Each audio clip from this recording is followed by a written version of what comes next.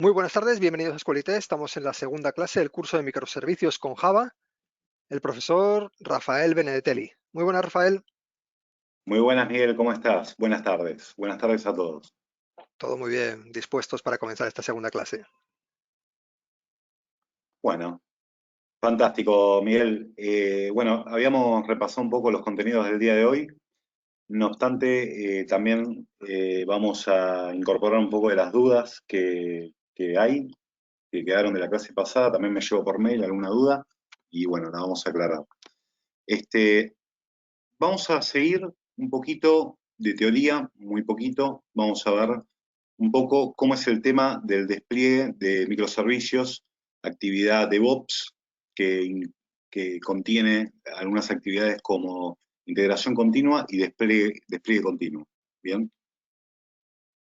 Bueno, GitLab es una de las propuestas para lo que es integración y despliegue continuo. La verdad que está muy bien lograda la solución, la plataforma, ya que no solo nos permite almacenar nuestro código fuente con un repositorio Git bastante bien, sino que además incorpora lo que se llama Docker Registry para lo que es el manejo de máquinas Docker, de container Docker, y nos da un scope de todo el proyecto. Hasta podemos manejar issues, demás. La verdad que GitLab es una plataforma muy buena para la gestión de todo el ciclo de vida del proyecto. Bueno, una dinámica es desplegar cada microservicio contenido en un contenedor Docker, bien, acá se puede ver prácticamente cada contenedor Docker.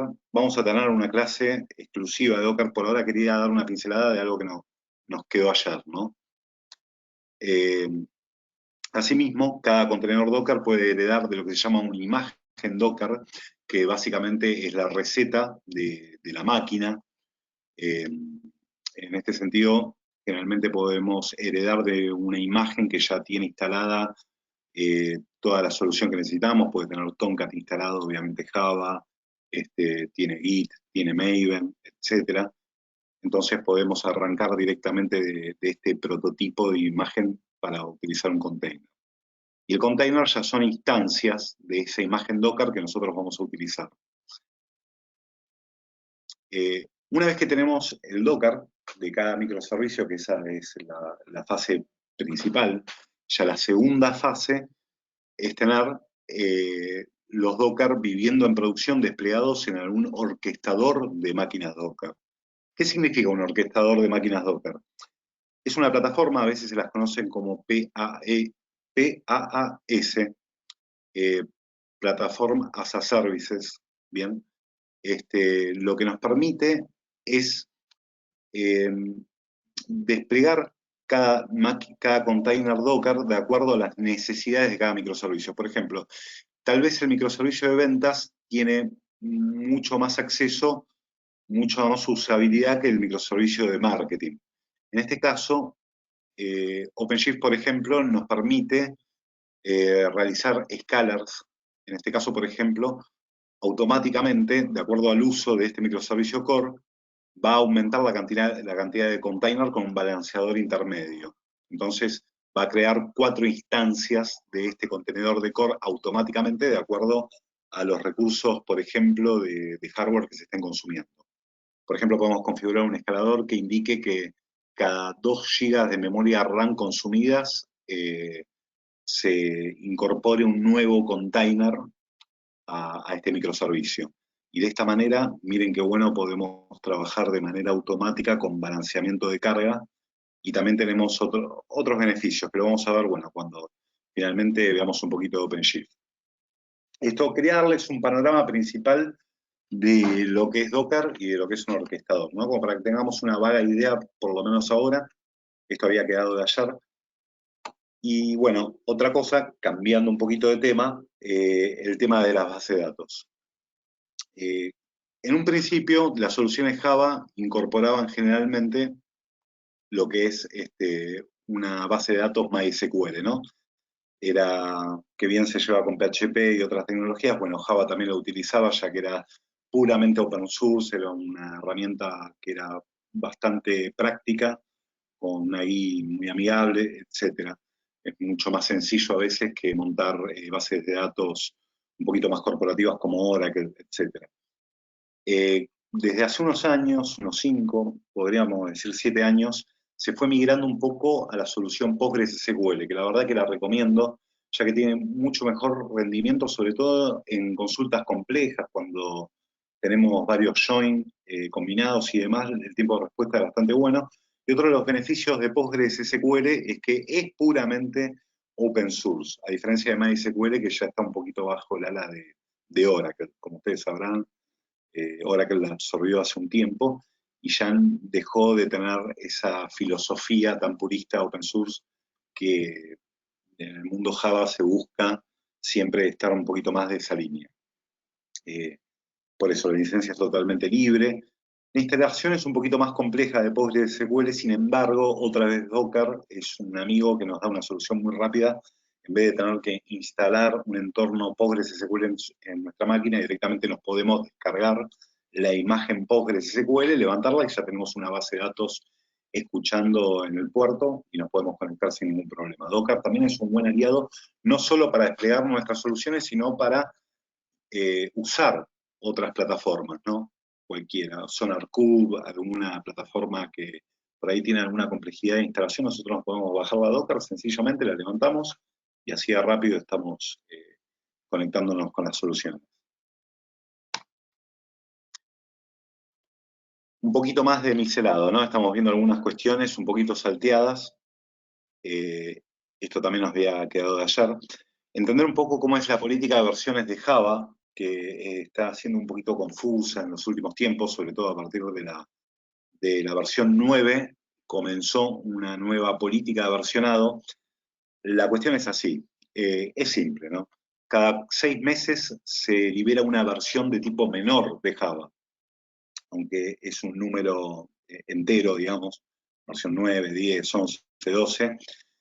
Estas versiones son de tipo menores, ya que no son versiones que podríamos decir estables. Las estables se lanzan cada 3 años y son las de Long Term Support.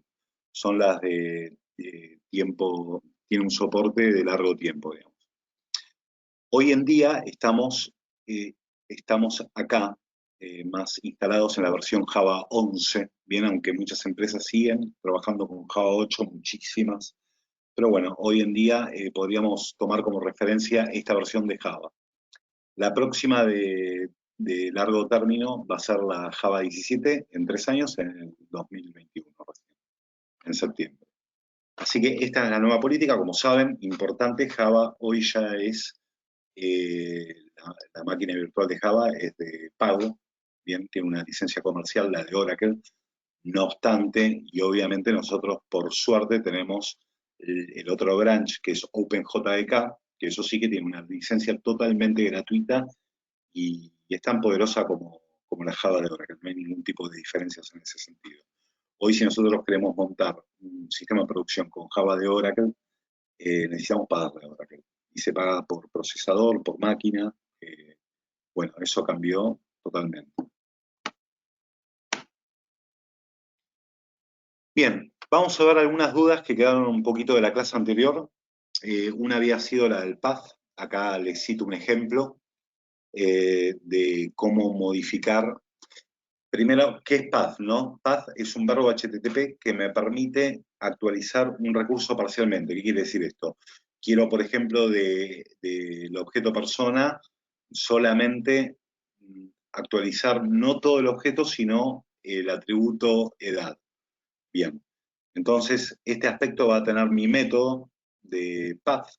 Bien, acá le voy a incorporar el ID de usuario, que va a ser la clave para que yo busque luego el usuario y modifique de acuerdo a un map de atributos clave-valor. Por ejemplo, acá me puede llegar solamente un atributo clave-valor que puede ser edad y el valor, 28. ¿Bien? Entonces actualizo solamente los atributos que están contenidos en este map. Esta es una solución, les di, una de las mejores prácticas porque con un map puedo hacer una solución integral para modificar 1, 2, 3 atributos, varios diferentes y solamente tengo un método.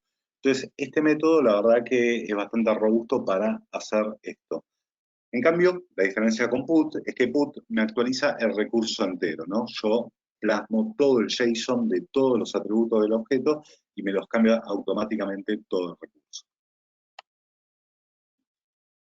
Otra pregunta que fue muy citada, que se hizo bastante ayer, fue acerca de cómo hacer queries con filtros, ¿no? Sobre todo sobre consultas REST. Bueno, acá tenemos un ejemplo, lo vamos a plasmar en código. Vamos a ver un poquito ahí. Voy a ir al código. ¿Se acuerdan el famoso controlador User Controller REST? Acá lo tenemos. Bien, teníamos este método listAllUser. Este me lista a todos los usuarios, pero lo podemos reemplazar por alguno un poquito más complejo, robusto, que es este, que sigue siendo el mismo método, ¿no? Lista todos los usuarios, pero además me da la capacidad de poder manipular algunos filtros si quiero reducir la lista de resultados de los usuarios. Por ejemplo, puedo filtrar por name y por last name y o por edad.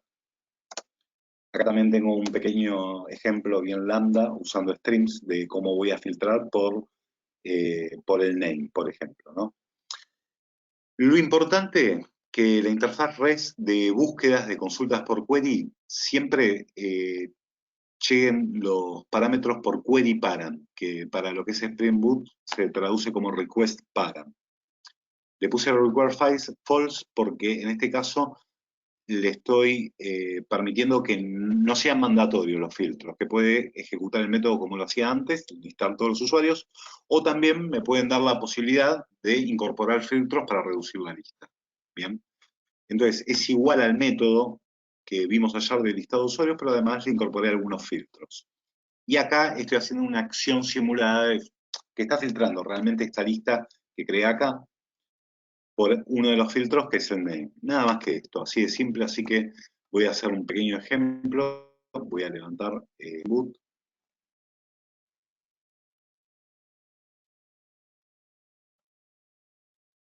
Vamos a usar el explorador para esto, nada más, localhost. En este sentido, si yo apunto acá, entonces va a ejecutar este mismo método. Bueno, ahí nos tiró algo, a ver de qué se trata. Bien. Bueno, falló un poquito acá. Vamos a sacarle esto por el momento. Porque ahí está pinchando por un null pointer. Vamos de nuevo. Bien.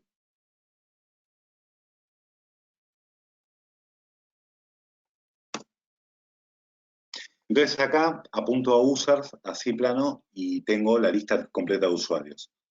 Ahora, si quiero utilizar los filtros, vamos a descomentar esto porque me da un error en la combinación.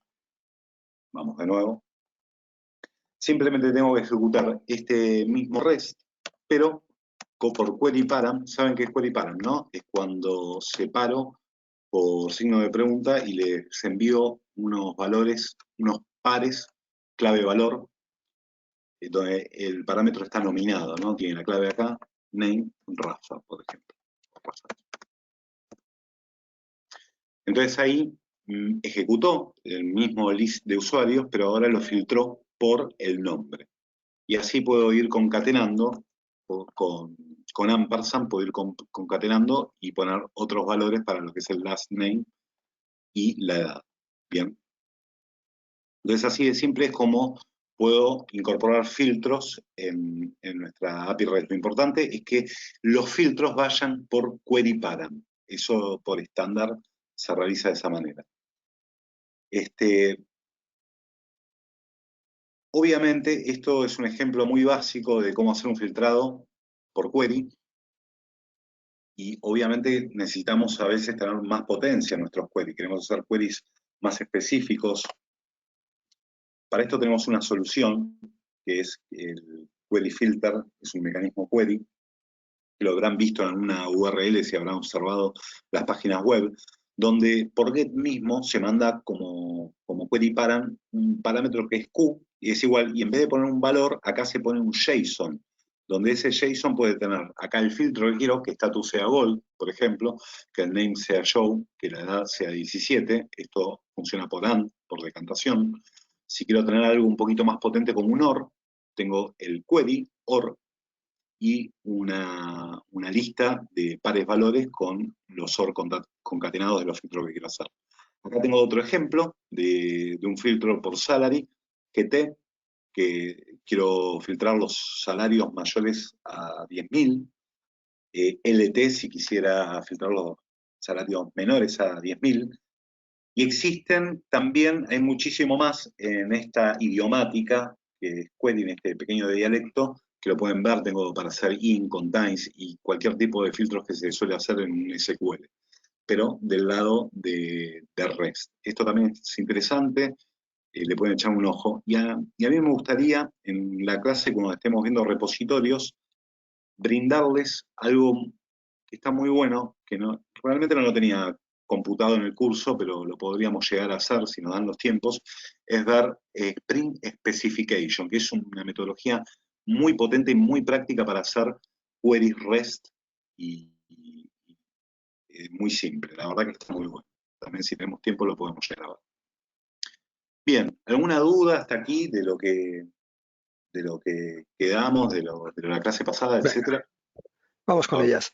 Para confirmar, te preguntan, ¿el método sí. list all users gestionaría los diferentes filtros que le lleguen por query param y aplicaría los que no lleguen vacíos?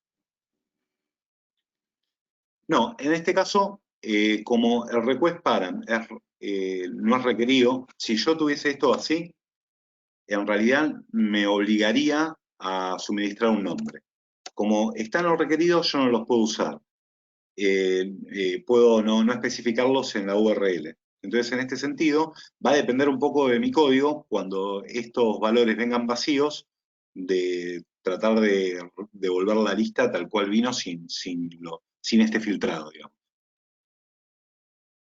No sé si Yo creo que es respondí más o bien. menos lo que estaba comentando, sí. Dice que gestionaría Sí, los diferentes filtros que le lleguen y claro, claro. aplicaría los que no lleguen vacíos, o sea, exacto, que no los tendría en cuenta los que no lleguen.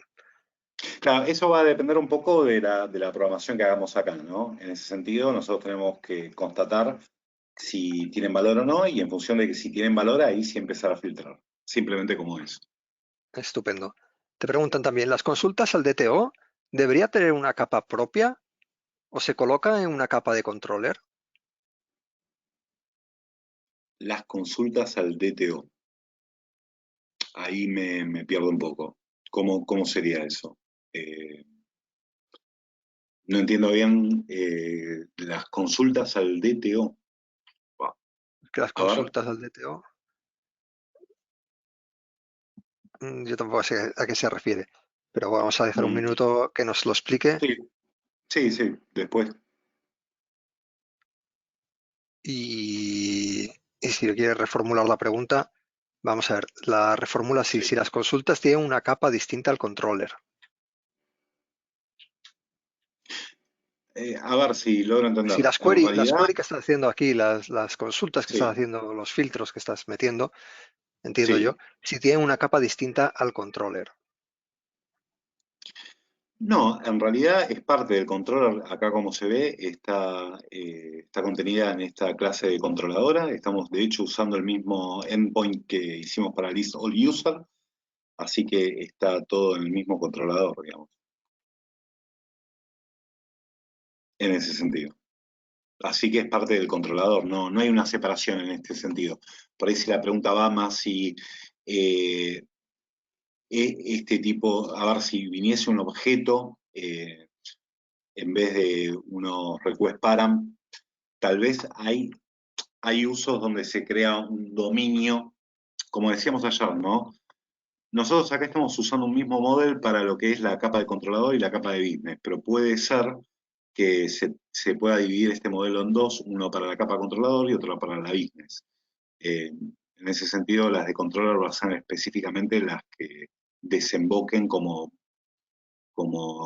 request body en los parámetros, pero ese es un uso cuando nuestro sistema va a escalar mucho. No sé si respondí la duda. Ok, bueno, ahora te dicen. Bueno, sí, te han dicho que ok. Te preguntan también, ¿no sería más correcto que estuviera en la capa de servicio? Las consultas estas. Sí, las consultas, a ver, las consultas van a estar en la capa de servicio y la capa de servicio va a llamar a la última capa, pero como repetíamos ayer, nosotros estamos haciendo un código emulado acá porque en este momento nos estamos enfocando solamente en el controlador. Acá vamos a tener algo como service, como user service, eh, eh, list all users, y acá les estaríamos mandando los parámetros, ¿no? Esto es lo que tendríamos en sí, pero como todavía no llegamos a la capa user y estamos abordando desde top down, desde arriba hacia abajo, estamos haciendo simplemente un código emulado donde creamos usuarios y acá le hice un pequeño filtering que debería obviamente estar en la capa de servicios. Bien, este filtering que está acá, pues lógica de negocio, pero lo puse acá como para que puedan ver un poquito el resultado del filtering, nada más que eso. Después yo sé que hay dudas con esto porque estamos emulando código, lo estamos manufacturando acá, pero cuando lleguemos a la capa de servicio va a caer la ficha, ahí les va a cerrar un poquito toda la película. Cuando lleguemos a la última capa vamos a tener la película entera, así que no se preocupen en ese sentido. Eso es, te dice, vale, vale. Venga, pues adelante, no Sí, tengo más preguntas de momento. genial. Bueno, entonces, vamos a ver algo que también, bueno, también me llegó un mail que no sé si está por ahí la persona que me preguntaba acerca del método POST que le estaba devolviendo un string cuando en realidad le tendría que devolver un JSON. Nosotros tenemos acá un create user que va por POST que ahora provisionalmente está devolviendo en el body de la respuesta un location. Realmente una buena práctica del método POST es que obviamente reciba el JSON del usuario, en este caso que se quiere crear, y después devuelva una ruta URL con la dirección donde se puede ir a recuperar ese usuario creado. Obviamente la dirección va a apuntar a este método, al getById, con el ID del nuevo usuario creado. Como no estamos usando response entity, que ahora lo vamos a usar en breve, por ahora, provisionalmente, yo estoy respondiendo con un string, así que es válido, o sea, a no preocuparse si no está devolviendo un JSON o algo por el estilo. Bien, eso es un mail que me había llegado, no sé si de algún participante que esté hoy. Bien, bueno, vamos a ver cómo cambiar algunas configuraciones básicas de nuestra API REST. Por ejemplo, vamos a cambiar el puerto donde escucha y vamos a cambiar también la URI base. Esta URI, le vamos a poner una URI un poquito más, un poquito mejor, que cumpla un poquito con las mejores prácticas, y ya que es muy importante tener un buen base, una buena base de URI. Vamos a ir a la Application Properties. Este archivo es muy importante, es el corazón de muchas de las configuraciones de Spring, y siempre que necesitemos incorporar alguna configuración de este tipo, de esta índole, vamos a tener que recurrir a este archivo plan. Bien, vamos a pegar acá. Simplemente con server port estamos especificando el puerto en el que va a escuchar. Por default, sin especificar nada, está escuchando en el 8080. Pero vamos a cambiar al 8081. Y con servlet context path indicamos el base URI para todos los microservicios. Importante que el base URI tenga, por ejemplo, la organización a la que pertenezco, en este caso puede ser .edu, .es, bien, en este caso vamos a simplificarlo así. Bueno, realmente se pone API, puede estar así en mayúscula también.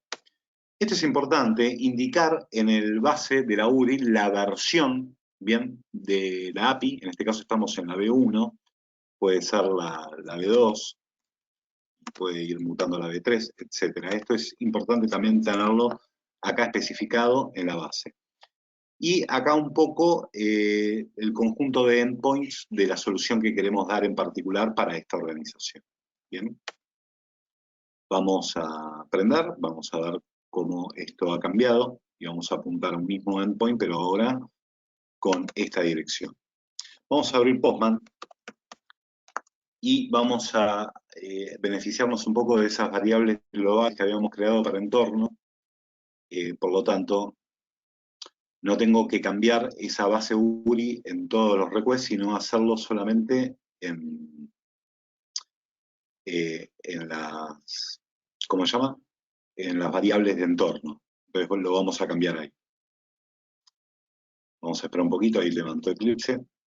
Vamos a esperar que levante Postman, está un poquito lento.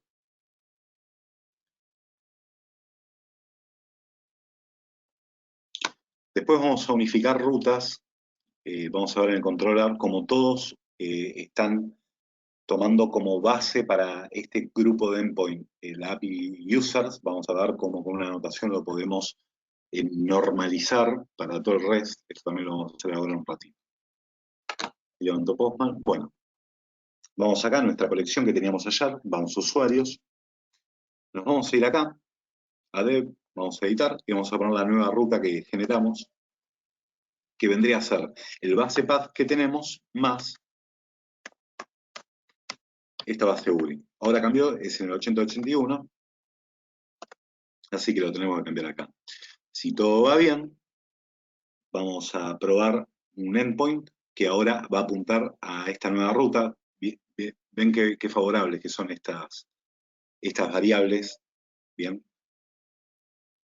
Y tendría que funcionar todo bien, salvo que haya algún temita, alguna coma, algo así. Bueno, dio 200 y acá tenemos el JSON. Ahí funcionó bien, entonces ya cambiamos nuestro puerto y nuestro base URI en total. Vamos a restablecer el puerto en 8080, ya que es el más familiar y conocido por Tomcat. Yo solamente les quería demostrar cómo poder cambiar el puerto, que es algo muy típico que se hace, generalmente, sobre todo si tienen algún otro servicio escuchando en el 80. Pueden tener, en el 8080 pueden tener un Tomcat o algo por el estilo. Algo también muy común es unificar las rutas. Por ejemplo, lo que ven acá es que todos los endpoints están tomando como la base, como el API REST users.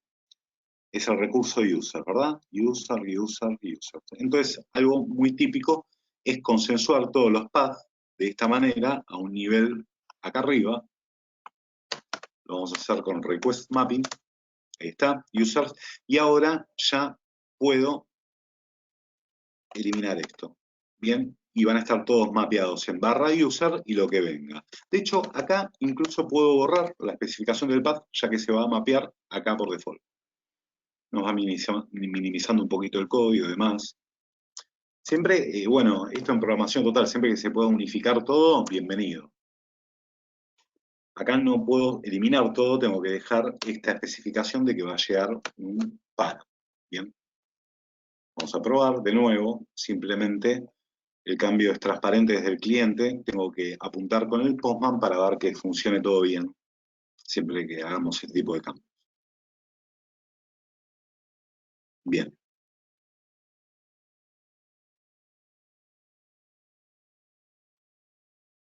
Bueno, ahí hubo algún tipo de error, vamos a ver si está todo bien. Puede ser que, a ver, tal vez esté faltando una pequeña barrita acá, eso puede ser. Créanme que funciona esto, funciona bien, pero bueno, es programación en vivo, ¿no? Estas cosas pueden pasar. Así que un poquito de paciencia, vamos a ver si levanta bien.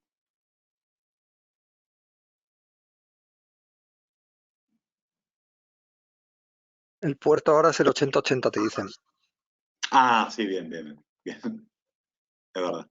Gracias. Sí, tienen razón.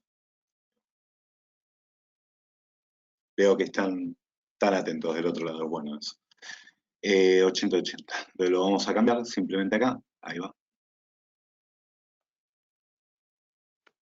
Vamos a cambiarlo ahí.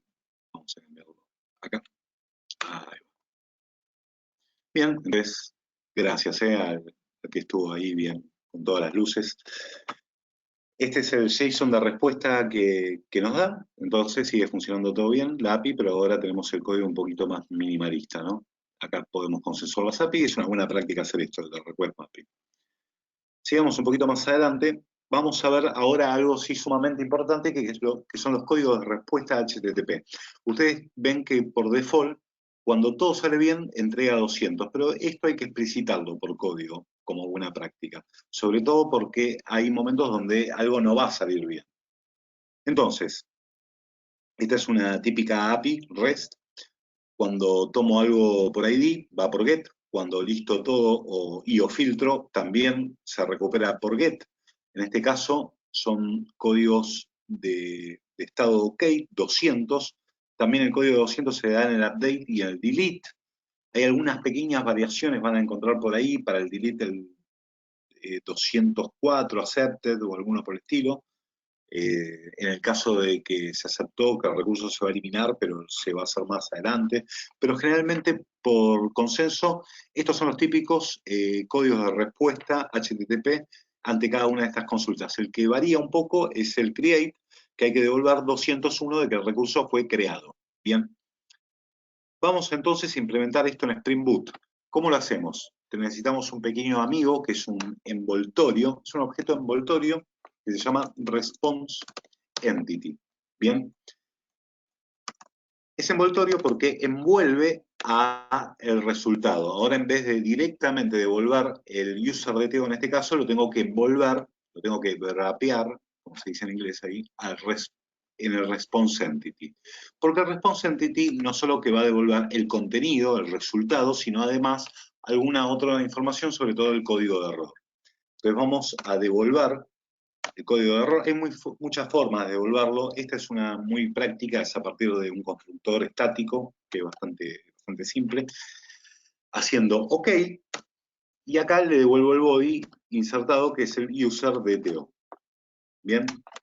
Entonces, con esta simple sentencia, yo estoy indicando dos cosas. Primero, que voy a devolver lo que estaba devolviendo antes, pero en un código HTTP OK, que OK significa código 200 en HTTP. Bueno, acá en HTTP status, en esta clase, tengo todos los códigos de error, 212, el accepted que les mencionaba antes. Bien. Y el response entity tiene asistencia para devolver los códigos de error de cada una de las llamadas. Simplemente con esto, el resultado de este lado cuando lo ejecute va a ser el mismo, va a llegar 200, pero la diferencia es que ahora en nuestro código está tratado y explicitado. Bien, es importante, ustedes dirán, pero ¿para qué esta redundancia? Bueno, porque obviamente, ¿qué puede llegar a pasar en este método? Lo que puede pasar es que este ID que me suministran no sea encontrado. Entonces, cuando no va a ser encontrado, ¿qué va a pasar? El famoso 404. Ese famoso código de error que ustedes tienen cuando van a una página web que muestra 404, bueno, también se utiliza en la convención REST para indicar que un recurso no fue encontrado. Ahora, un pasito más adelante, vamos a tratar el 404. En este caso, también vamos a wrapear este list user con response entity, bien, ahí, y simplemente tenemos que hacer lo mismo. En este caso, le vamos a dar la lista, bien. Simplemente eso, nada más, así de fácil. Vamos a ir al update.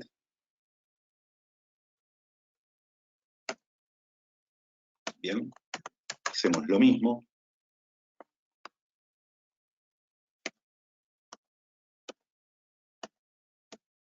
Ahí está. Y vamos a ir al... Acá va a variar un poco. Como delete no entrega nada, entrega void. En este caso, con un OK, entiendo que con un OK null, perdón, a ver, response entity. Como esta response entity no va a envolver nada, hay que usar el objeto void.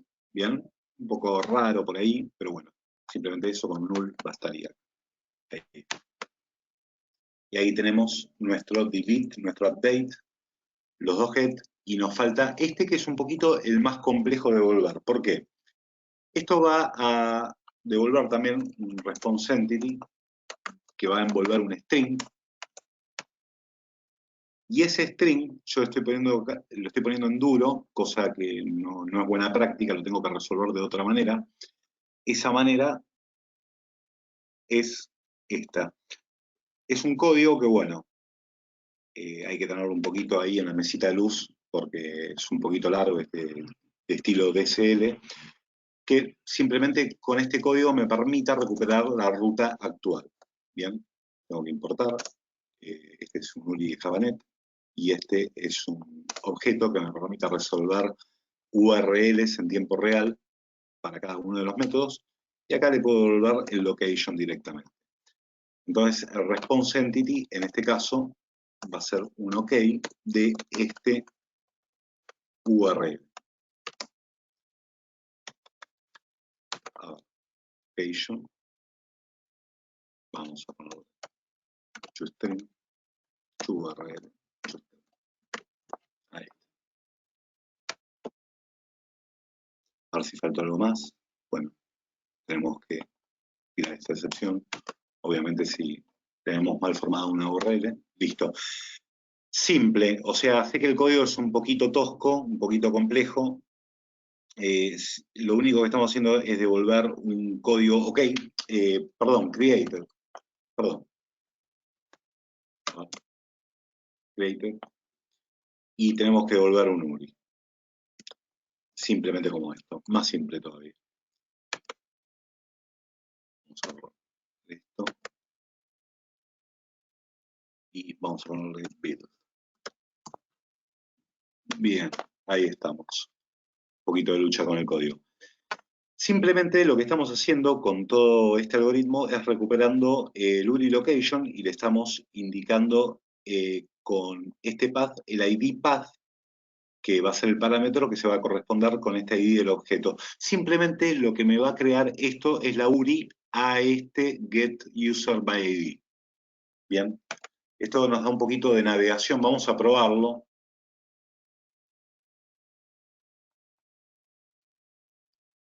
Vamos a probarlo un poco.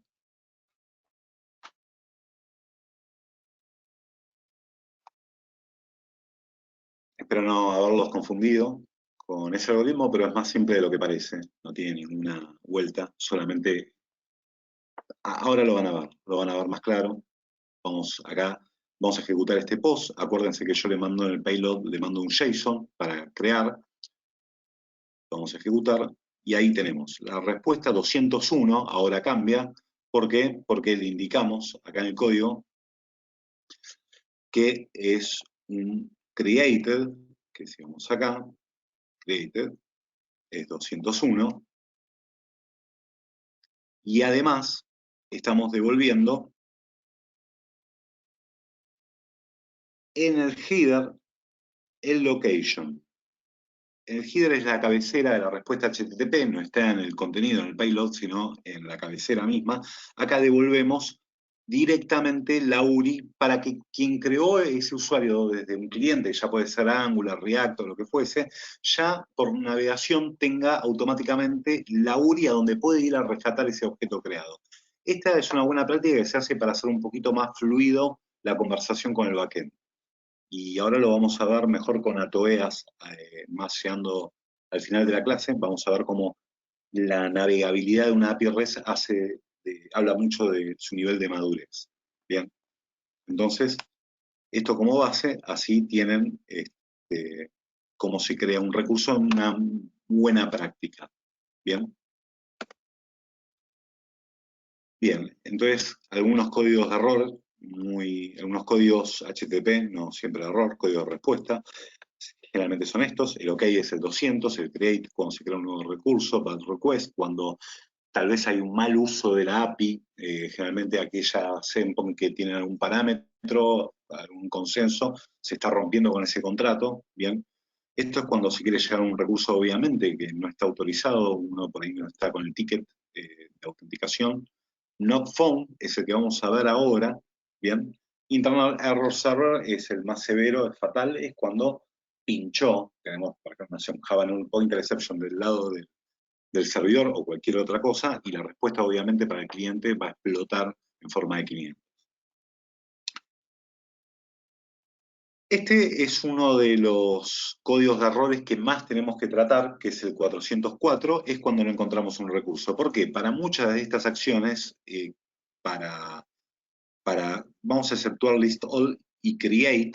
Para las demás, get by ID, update y delete, antes de performar estas operaciones necesitamos recuperar el recurso, ¿no? O sea, bueno, esta obviamente es la más ejemplar. Primero, antes de devolver el objeto, necesito recuperarlo. Voy a hacer un service get user by ID. Voy a pasar este ID y voy a recuperar seguramente el objeto user, DTO, user. Bien. Y después voy a tener que verificar si este user existe o no. Generalmente con user es igual a null. Y en este caso, le voy a enviar, en este escenario es donde, si no encontré el recurso, tengo que enviar un código de respuesta de not found. Bien, vamos a trabajar con esto mismo. Voy a tomar este código. Vamos a hacer un pequeño simulacro. Acá voy a simular que es null. Vamos a pinchar, vamos a aumentar. Ahí está. Entonces va a dar null, obviamente.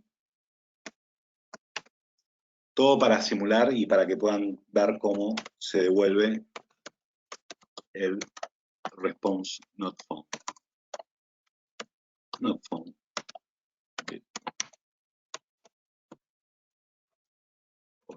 Return. Simplemente con esto, lo que estoy manipulando es la posibilidad de que el objeto, el recurso, no exista. Ahora, cuando ejecute desde Postman, en este caso, acá,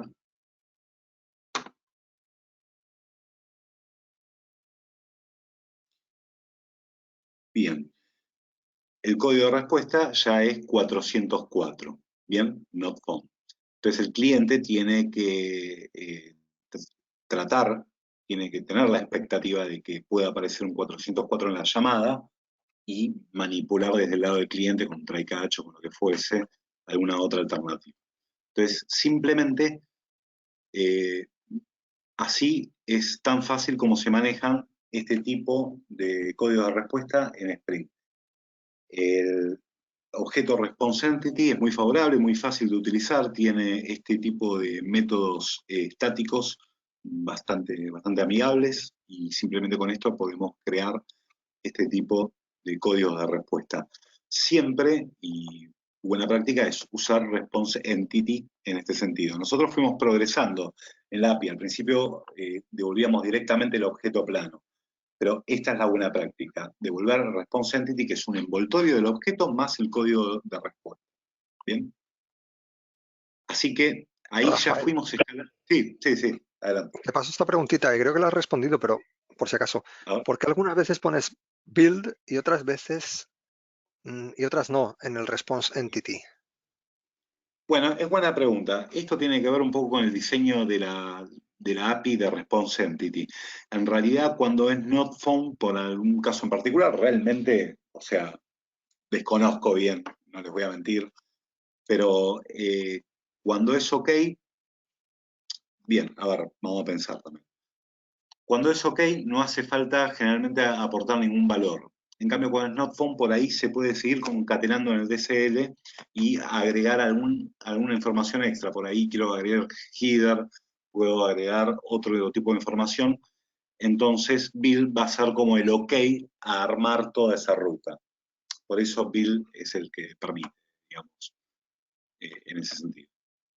Acá también podría ir concatenando información y simplemente culminar con build. Ok. ¿Está bien? Tengo otra pregunta pendiente de antes, que es que cómo gestionaríamos durante un tiempo que convivan dos versiones del API, por ejemplo, la V2 y la V3. ¿Cómo lo gestionaríamos? Exacto. Bueno, la cuestión es que eso de acuerdo al sistema, pero la mejor práctica es que solamente esté publicada en producción la última versión de la API en ese sentido. Después, como cualquier tipo de versionado o migración, vamos a tener que tener en cuenta las situaciones retroactivas cuando los clientes estaban pegando un endpoint que en este caso por ahí estaba obsoleto, lo vamos a tener que tener en cuenta en la planificación del versionado. Básicamente lo que se trata siempre es de tener la última versión solamente en producción y tener una consistencia con los clientes que están haciendo uso de la API. No más que eso, digamos. Ok.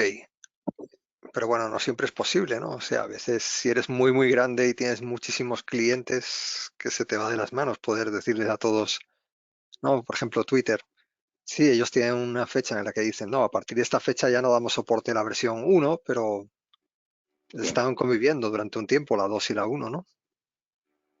Sí, en realidad es como una migración de cualquier otro tipo de plataforma. En algún momento tiene que haber un gris donde convivan los dos estados hasta que finalmente va desembocando en que se establece la última versión.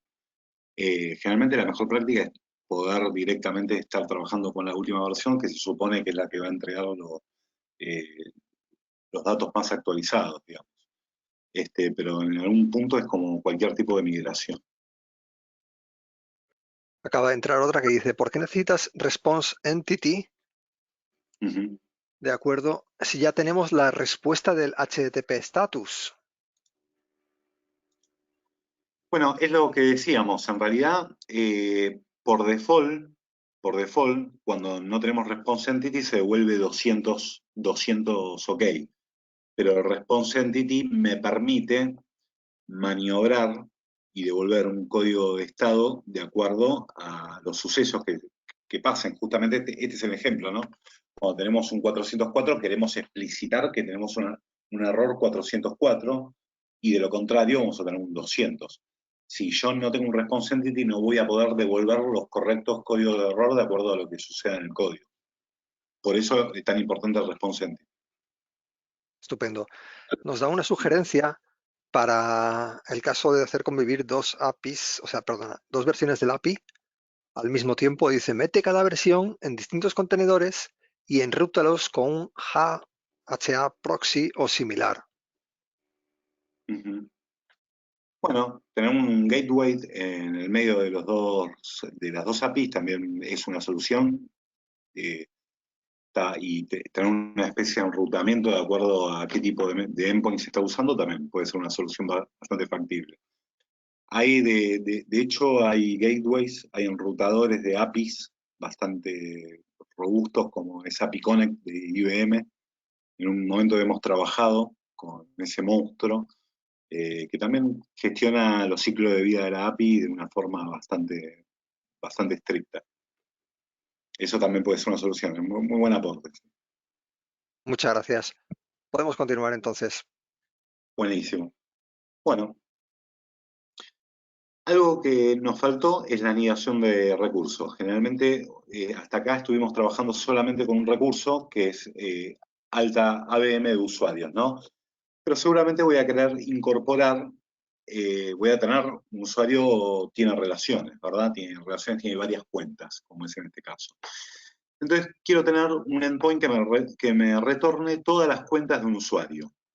En este caso, con este tipo de relacionamiento anidado, yo voy a necesitar un pequeño servicio REST, vamos ya sí con Response Entity, que me devuelva una lista de accounts DTO, que la habíamos creado la clase pasada en el modelo, Get User Accounts.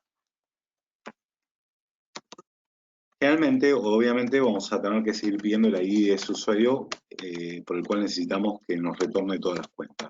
Variable, ahí está. Tenemos que decorar el servicio como un get mapping, ya que sigue siendo una petición de tipo read-only, estamos haciendo una petición, no estamos modificando el modelo de datos, y simplemente le tenemos que seguir diciendo que necesitamos el ID, pero en este caso accounts, todas las cuentas del usuario. Vamos a simular, como siempre estamos haciendo, simulando el backend, vamos a hacer una lista de cuentas, accounts, vamos a ponerle name nada más. De paso, repasamos cómo lo hacíamos con Lombok. Teníamos que indicarnos null de name para ponerle un constructor require, our constructor. ¿Está? Vamos a tener un constructor que entra solamente al name. Google.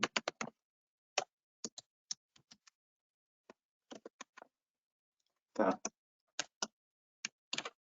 Escuela IT y otra de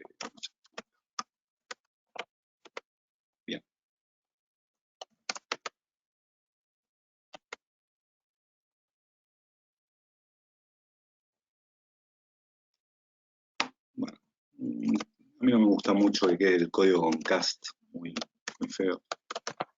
Prefiero splitearlo así. Bien. Entonces ahí nos quedó nuestro método, que es como lo que veníamos viendo, nada nuevo hasta ahora, simplemente tener en cuenta cómo se anidan los recursos. Bien, vamos a probarlo. Así ven cómo se llama desde el cliente. ¿Está?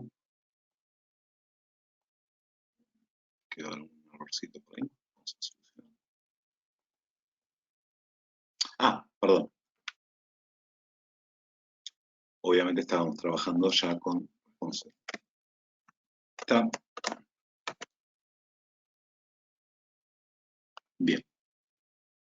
Voy a levantar el backend. Y desde Postman vamos a crear un nuevo request. Vamos a tomar uno como base. Este puede venirnos bastante parecido. Duplicate. Get user accounts. Bien, es get, sigue este path, pero ahora lo que le estoy pidiendo son las accounts. Bien, ahí está. Save. Vamos a pegarle a ese endpoint y ahí vamos a tener nuestra respuesta. Un array JSON con cada una de las accounts que hemos creado, ¿no? El código de respuesta va a ser 200. Lo más importante de esto que quería mostrarles es cómo se anidan los recursos. Se anida de esta forma. Ojo, nada de esto o algo así, no. Esto no va, pésima práctica. Esta es la mejor práctica para anidar dos recursos que están relacionados, en el cual se quiere obtener el segundo recurso a partir de un recurso identificado, el primero. Ahora bien, yo tal vez necesite para un usuario específico una cuenta específica, la de Google. Bien. En este caso, vamos a tomar este método como base. Vamos a hacer una pequeña edición. Ahora necesito solamente una cuenta por ID. Así que vamos a devolver esta cuenta, la vamos a poner acá, vamos a hacer así. Acá vamos a seguir pidiendo el ID del usuario. Get user account by ID. En este caso, necesitamos el ID del usuario que lo señale y el ID de la cuenta, en este caso ID. Así, está. Simplemente esto, y van a ver cómo queda entonces la URI. De este, vamos a duplicar este mismo, con copy, cons. Y acá ponemos un ID, ¿no? Ficticio, la ID 2. O sea, lo que solicitamos en este caso es la cuenta 2 del usuario 1. ¿Bien? Y en este caso obtenemos esa cuenta en específico. Porque la relación anterior que queríamos obtener era de uno o muchos, dame todas las cuentas para este usuario, y acá queremos una cuenta específica. Alguno por ahí puede estar pensando, pero si todas las cuentas tienen una ID diferente en el sistema, ¿por qué simplemente no hago un apuntamiento hacia acá? Y funcionaría, sí, funcionaría, porque yo estoy pidiendo de los usuarios la cuenta número 2, entonces me va a llegar una cuenta específica. Pero por consenso REST, esta es la buena práctica de hacerlo, porque es más clarificadora y sobre todo, si en este caso no tengo las cuentas, puedo llegar a tener cuentas repetidas. Para el usuario 1 puedo tener cuenta 1, 2, 3, para el usuario 2, cuenta 1, 2, 3 también repetido, entonces tengo que especificar también el ID. Una buena práctica, por más que pueda sonar ambiguo, es especificar el ID del primer recurso en este anidamiento. Bien. ¿Cómo vamos hasta acá, Miguel? ¿Alguna duda? Una por aquí. Cuando actualizas el account de user, ¿lo harías a través del endpoint put users ID accounts account ID o mediante un endpoint a put accounts account ID? O sea, ¿meterías al user de por medio en el endpoint? Cuando actualizo, no Cuando escuché la haces primera el parte. put. Sí, claro, Sí. si todos los accounts ID son únicos, te lo podías ahorrar el user. Es un poco más o menos lo que estabas comentando hace un instante. Es buena pregunta porque nos lleva a otro tema. Generalmente está bien. O sea, nosotros queremos, en este caso, están viendo cómo generar un endpoint para actualizar un recurso anidado. En realidad, una buena práctica es solamente recuperar recursos anidados, en este caso, pero si yo quiero actualizar una cuenta, tendría que tener un REST, que se llama Account Controller REST de una cuenta con el CRUD de la cuenta. Y ahí en la cuenta vamos a establecer el ID. O sea, por ahí tendría que hacer dos llamadas, pedir un usuario, obtener el ID y después apuntar solamente al REST de accounts con ese ID de usuario que lo estaríamos obteniendo con parámetros, o sea, con el ID de la cuenta. Quiero actualizar esta cuenta por ID, porque ya la había recuperado el usuario. No sé si se entendió, digamos. Sí, yo creo que sí, te dice que genial, muchas gracias. Sí, claro. Entonces, en este Buena, caso, buena pregunta, porque hay, disculpame, hay mucha confusión de esto, hasta dónde llegar en este sentido de alineamiento. Generalmente una buena práctica es cuando queremos recuperar recursos, el segundo recurso a partir del primero, pero cuando ya queremos hacer operaciones de CRUD, tenemos que hacer un split, generar un API REST específicamente de accounts. bueno, generar una API REST te refieres a una lista de endpoints con los consiguientes verbos del HTTP, ¿no? Exactamente, así como hicimos un CRUD REST de user, tendremos que generar un account controller REST con el alta baja modificación específicamente del account. Vale. Luego nos decían, pero en este caso irían los dos parámetros identificador de usuario e identificador de account. Es lo que estás comentando ahora, que en realidad si es para la consulta, sí, pero si estamos ya haciendo operaciones de CRUD, pues nos ahorramos el identificador del usuario, ¿no? Exactamente. Tenemos que tener un REST, una API REST exclusiva de ese recurso, de ese account, donde vamos a modificar la account por el ID del account. Para eso lo que tendremos que hacer previamente es solicitar, pedir por la API al usuario, el get user by ID, obtener su cuenta, o podríamos ejecutar este, mejor dicho, este endpoint de acá, obtenemos el ID de account y después vamos a la API account con ese ID y modificamos la account. Vale. Dicen que si en el Bueno, último método que has hecho no falta el parámetro identificador del sí, usuario. sí. Perdón, disculpen. Yo estas cosas a veces soy un poco distraído, como habrán visto. Realmente estas cosas surgen cuando las empiezo a usar, ¿no? Cuando empiezo a atacar por redes y veo que algo no anda, ahí voy. Pero ustedes también están del otro lado, son 20 personas, así que gracias por la ayuda. Perfecto. Muchas Bueno, gracias. buenísimo. Seguimos. Vamos a entonces a hacer un pequeño coloquio de las buenas prácticas REST. Eh, Vamos a un pequeño resumen que hice. Bueno, REST es un mecanismo orientado a recursos. Siempre hay que trabajar de la manera que he citado, ¿no? O sea, en plural es una buena práctica, porque los recursos generalmente se escriben en plural, no poner no usuario, usuarios. Evitar este tipo de métodos, salvo que, bueno, necesiten algo muy especializado, pero este tipo de nominaciones no son acertadas con las buenas prácticas de REST, ya que REST es orientado a recursos y no orientado a objetos como podría ser este claramente un método de tipo Java. Entonces, tener en cuenta esto, ¿bien? Siempre trabajar orientado a recursos. ¿Por qué? Porque el verbo va a estar en el post, en el get, va a ser el verbo HTTP y ese va a ser el recurso, así que no hace falta que yo ponga crear usuario. Post, usuario ya me va a dar la definición de que estoy creando ese recurso. La concatenación de recursos, como la vimos recientemente, que tenga esta línea y evitar otro tipo de denominaciones acá, ¿bien? Entregar los códigos de respuesta adecuado y no anidar más de 3 niveles.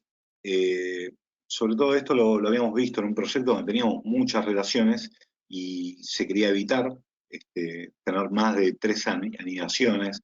Imagínense que tenemos un equipo de fútbol y queremos recuperar los jugadores, de cada jugador las estadísticas. hasta ahí está bien, ya recuperar goles o algún detalle más en el mismo endpoint ya nos va a quedar un poquito inmanejable, no va a quedar muy amigable. Entonces, si necesitamos ir un poquito más profundo, tenemos que partir, splitear nuestra base, nuestro endpoint y partir del segundo recurso, por ejemplo. Los JSON también, claro, no entregar más de 3 niveles de anidación de JSON, porque también desde el lado del cliente, la verdad, le viene un problema más que información. Y hemos trabajado, la verdad, en producción a mí me han llegado JSON inmanejables. Yo trabajaba con una gente que operaba en Drupal, que es un gestor de contenidos, y nos devolvía toda la información en unos JSON larguísimos, de 800 niveles para arriba y para el costado, era inmanejable. Y teníamos que hacer un parseo de memoria, que nos consumía mucha memoria, porque claro, tenés que mapear, deserializar todo el JSON, y hacer un query para buscar lo que realmente necesitaba, que era el 1% de ese 100% que me estaba entregando el JSON. Era horrible, pero bueno, había poco tiempo, se entendía, yo los entendía porque había poco tiempo y no podían, ellos tenían un software automatizado que entregaba los JSON por default, como lo hacía el sistema, y entregaba todo. Entregaba data de Drupal que a mí poco me interesaba. Bueno, esas cosas pasan y bueno, hay que evitar. El JSON cuanto más natural sea, más conciso, amigable. Acuérdense que alguien va a estar consumiendo generalmente desde un frontend, desde un frontal, donde bueno, va a jugar con esto. Entonces evitar estos anidamientos, este tipo de anidamientos son muy largos, evitarlos también en el path. No entregar JSON enormes, lo que les decía. Cuando hacemos query filter, entregar un mecanismo de paginado, de sorteo. Esto lo vamos a ver más adelante cuando nos integremos con el DAO. Vamos a ver cómo con con Spring Boot tenemos un mecanismo para hacer paging y sort muy bueno. Filtrar, este mecanismo de filtrado, crear un query con filter, esto que habíamos hablado. Y esto que vamos a ir comenzando ahora en un ratito más, que es documentar la API, documentarla bien lo más posible.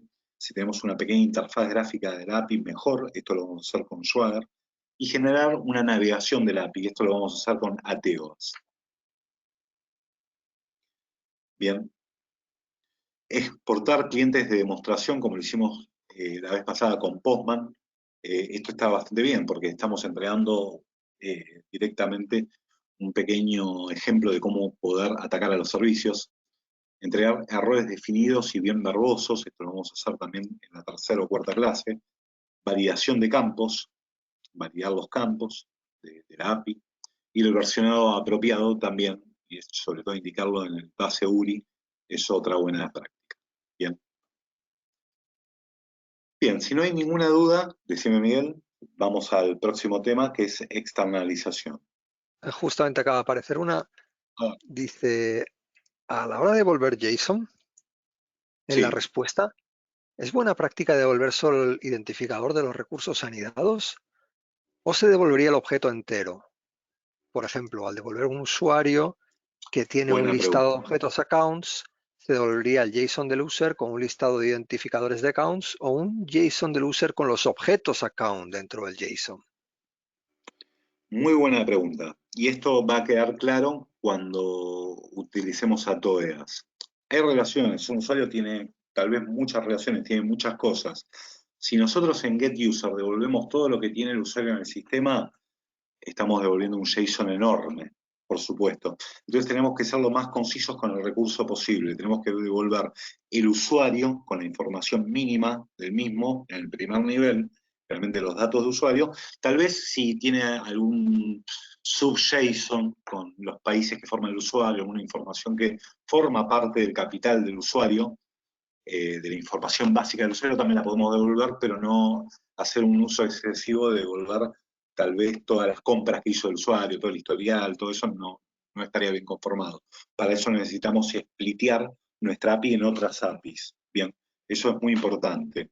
Lo que sí con Atoeas vamos a ver, lo que podemos entregar es la información básica del usuario, el JSON, pero además vamos a entregar unos pequeños campos con los links a donde pueden recuperar de las otras API más información del usuario. pero queda como un link de donde pueden recuperar más información y no todo el JSON de esa información. Ahora va a quedar claro cuando veamos a Tobeas. Es buena pregunta, pues es una de las típicas dudas que tenemos en REST. Es típica. O sea, la respuesta es, eviten JSON grandes, muy horizontales o muy verticales. ¿Bien? De acuerdo, gracias. Buenísimo. Vamos a ver algo de Spring que está bastante bueno, que es la externalización. Ustedes saben que como buenas prácticas siempre en software tratamos de no tener aquellos valores constantes que pueden mutar en el futuro dentro de nuestro código fuente. Entonces es bueno que esos datos se puedan almacenar en otro tipo de archivos, generalmente archivos .property se usan en Java, que son de tipo clave-valor, y recuperarlos a partir de esta fuente. Sería como una especie de, en vez de recuperarlo de base de datos, se está recuperando de unos archivos pequeños de configuración. ¿Qué tipo de valores? Bueno, valores que son de tipo de datos de carátula del proyecto, alguna configuración, puede ser el idioma, el país, la edición, la versión, etc. Bien, entonces vamos a poner un pequeño ejemplo. Vamos a ir a nuestro muy importante archivo application.properties. En este vamos a poner unos datos de la aplicación, por ejemplo, el name, microservice, Java, escuela, IT. Vamos a poner app year 2020. Vamos a poner app edition. Vamos a poner community. Imagínense que tenemos dos versiones, la comercial y la community. Vamos a poner app countries, es Argentina, Italia, Canadá, Brasil. Ahí está. Bien, tenemos estos datos externalizados porque no veo oportuno que estén en el código fuente, porque son string, que son valores que realmente se van a entregar, se pueden llegar a mostrar en la interfaz gráfica o simplemente en un código, en la respuesta de los REST, y no sería una buena práctica tratarlo recibiendo en el código. Entonces vamos a crear para esto una clase Java, vamos a la clase application config, bien. Es más, la podemos situar en un paquete especializado que se llame configuration, ya que vamos a tener muchos de estos Javas de configuración con el tiempo, van a ver. Ahí está, configuration, application config. Hasta ahora es un Java común, simple, hasta que lo decoro con configuration. Configuration de Spring.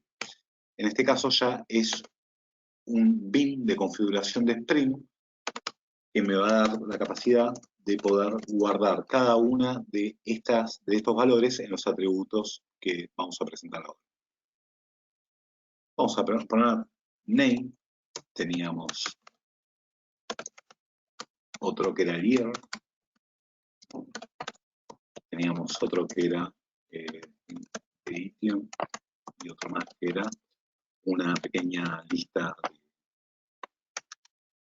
vamos a poner así, de countries.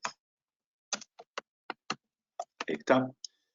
Nos acordamos de usar Lombok, data nos va a dar los getter y setter, sobre todo. Vamos a meterle también un string para que para después imprimir todos estos valores. Vamos a hacer un pequeño mapeamiento la idea es directamente poder rescatar y almacenar en esta clase Java, en este pequeño bin, todos estos valores en cada uno de los atributos. Para eso lo que necesito hacer es lo siguiente: decorar cada atributo con value, y en este pequeño dialecto que se llama spell o el, vamos a almacenar cada uno de los valores. Yeah. Vamos a hacer lo mismo con edition.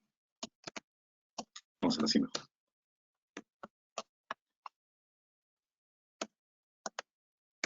Bien.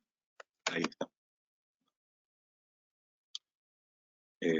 Year, edition, count. Bien, simplemente con esto ya lo podría inyectar. Vamos a ir al REST, ese primero que habíamos creado que se llamaba Hola Mundo,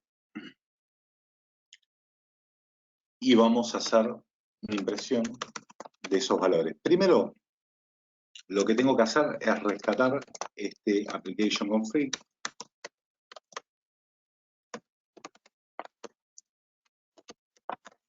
Bien, acá lo declaré en este REST controller. Lo vamos a levantar con un decorador que se llama AutoWire. AutoWire lo que hace es, vamos a explicarlo bien, ¿no? Configuration lo que hace es que incorpora este bin, este Java, en el contenedor de dependencias de Spring, en el core, y con Hola Mundo, AutoWire lo que hace es solicitarlo a ese core de dependencias y Spring por nosotros nos va a fabricar este objeto. Básicamente lo que va a hacer Spring, en fáciles palabras, va a ser un new application config. Bien, pero le vamos a delegar esa facultad a Spring, ya que si lo hacemos por AutoWire con Spring, Spring lo va a construir de manera tal que nos va a incorporar en cada uno de los fields, en cada uno de los atributos, los valores de este property. Bien. Vamos a imprimir solamente acá, vamos a hacer app config toString. En este caso, al hacer toString, el toString, que está invisible porque lo tenemos por Lombok, lo que va a hacer es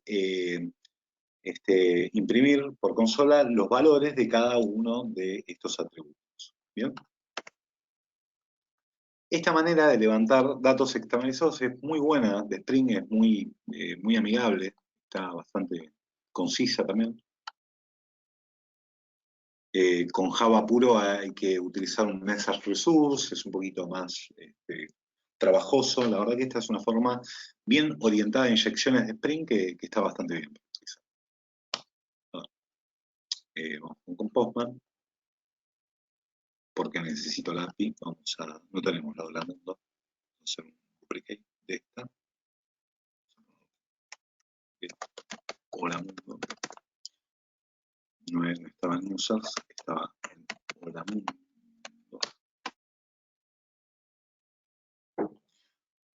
Hola Mundo Servicio Red Java, y acá tenemos Application Config. Esto lo que me está mostrando es el método toString que muestra cada uno de los valores de los campos. Y acá los tenemos. Bien, y miren cómo solucionó lo que es la lista también. Eso está bueno. Automáticamente lo incorporó en un array, lo que está bastante bueno. Eso también.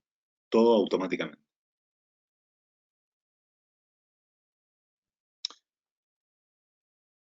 Vamos a incorporar esta nueva etiqueta para normalizar.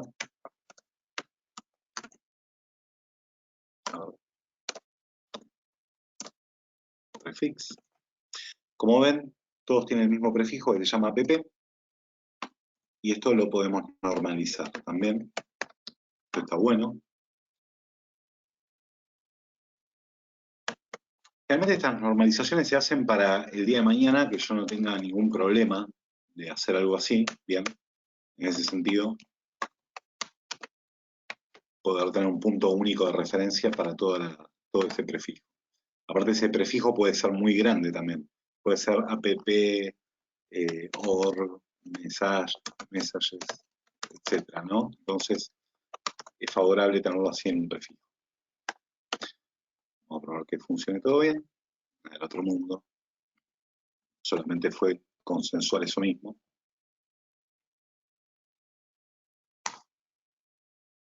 Bien. Está levantando Spring todavía. Tiene un pequeño error creating name, can resolve name, invalid name.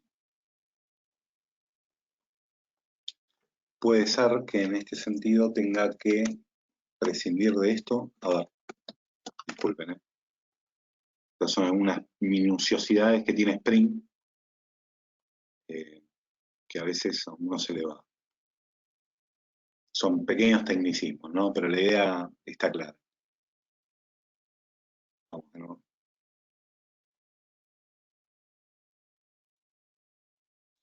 Bien, mejor todavía, miren, puedo prescindir también de esos values, ¿sí? Siempre y cuando el nombre del atributo sea exactamente igual al nombre de la clave del property. Mejor todavía. Listado de valores, variables de entorno, esto está muy bueno también.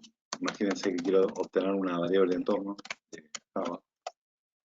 ahí, acá sí le voy a tener que poner value, porque ya no está en el properties. Abajo. Abajo.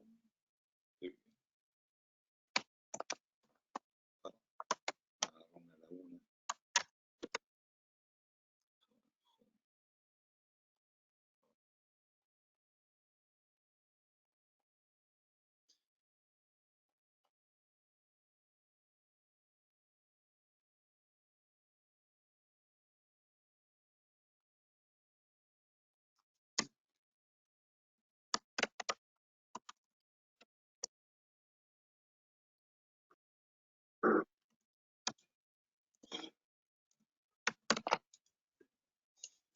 Ah,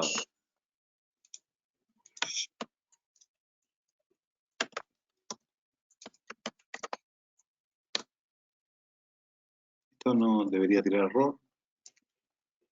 Vamos a ver si pasó algo. ¿No?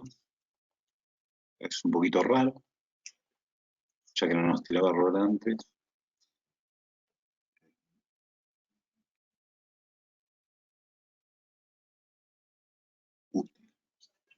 Bueno, un poquito raro. Esto.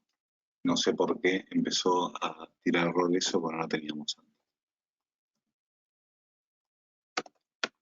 A ver, disculpen, ¿eh? Estas cosas pueden pasar cuando se programa tanto. La idea En es live darle los coding. ejemplos. Sí, sí, sí, sí. La verdad que a mí me gusta dar los ejemplos bien, bien prácticos, que me vean hacerlo, porque una cosa es mostrar diapositiva a diapositiva, esta es la idea, pero bueno, pueden pasar estas cosas. Ahora se volvió un poquito loco Eclipse. No, ¿hay algo que no le está gustando acá? No, ahora es algo muy raro. Bueno,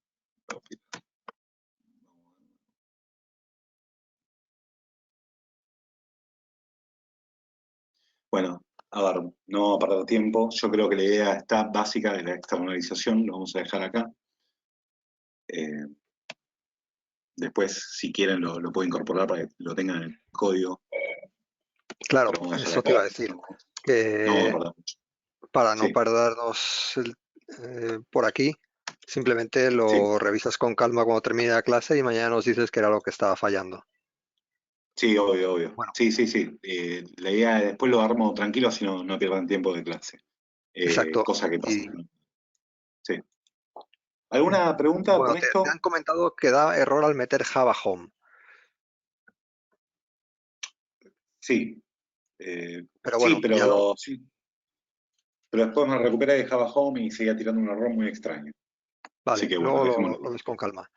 Tenemos una preguntilla por aquí, te la paso. Dice, ¿habría que crear una clase de Sí. Java para configuración por cada familia de propiedades clave valor? Familia me refiero a propiedades que estén relacionadas.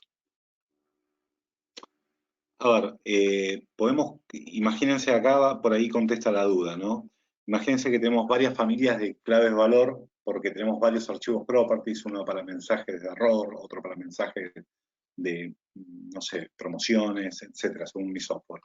Entonces los puedo tener en diferentes mesas, en diferentes archivos properties.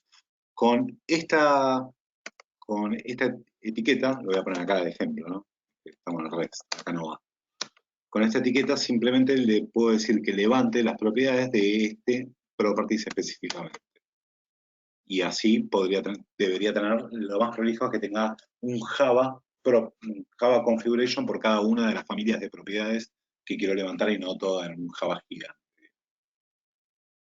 Bien, Ok, era solo eso. bien. Era, por ahí venía la duda entonces, más o menos. Sí, sí, te dice ok, perfecto. Bueno, fantástico. Bueno, vamos a ver cómo le podemos incorporar a nuestra API un poquito más a- un poquito más de documentación. No, tiene cero documentación. Le vamos a incorporar documentación usando un estándar que se llama OpenAPI. OpenAPI, la implementación es SWADAP. No sé si alguien lo conocía ya. Eh, Swagger. ¿Está?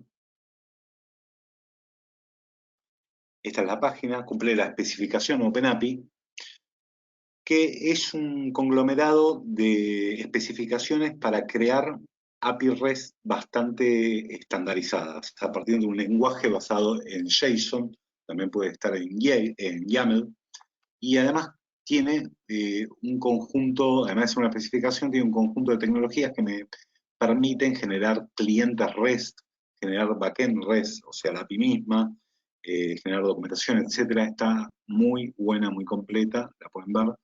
Este es el Swagger Editor, por ejemplo. Esta es el típico ejemplo de la App Store, bueno, acá están todos los ejemplos de una API, bien. Y acá tiene la especificación, en realidad este JSON da como resultado esta pequeña y bonita interfaz gráfica que además me permite interactuar con los REST.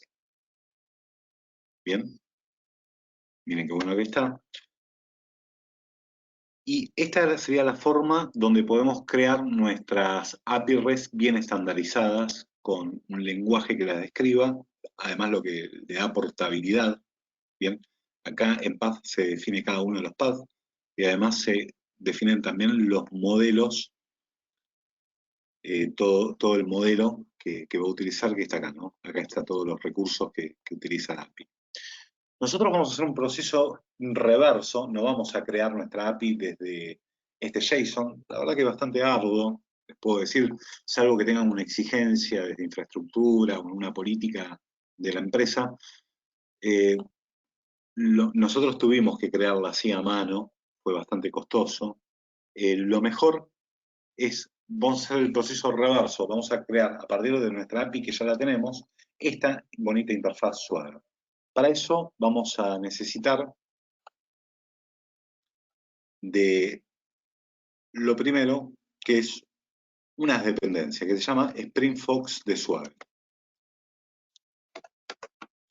Vamos a instalar esa dependencia, nos vamos al POM XML. Bien, vamos a sacar lo último. Vamos a compilar para que nos baje la dependencia. Y tenemos que crear otro archivo de configuración que se llama Swagger Configuration, donde tenemos que hacer una pequeña y mínima configuración. Va a ser un bin de Spring. Lo tengo acá hecho, lo vamos a copiar. Está. Lo vamos a decorar con configuration. Todo, de paso decirlo, ¿no? Toda clase de Java que esté decorada con configuration va a ser levantada en el startup del contenedor de Spring y va a ser resuelta generalmente instanciando estos bins que se declaran acá, generalmente porque son bins de configuración. Bien, son bins que se necesitan para el normal funcionamiento del sistema en el futuro.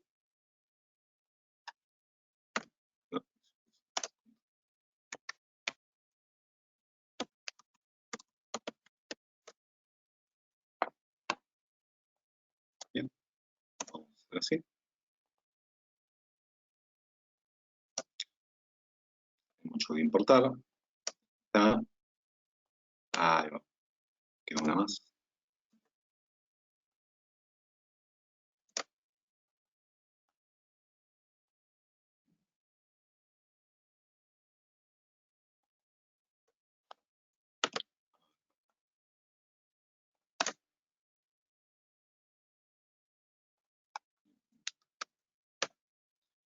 Vamos a volver atrás para ver qué no le está gustando.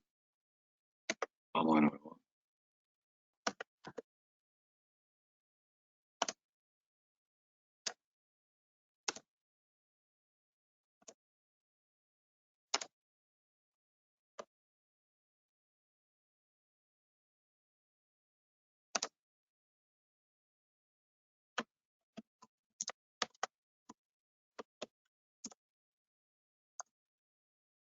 Está raro eso. Bueno.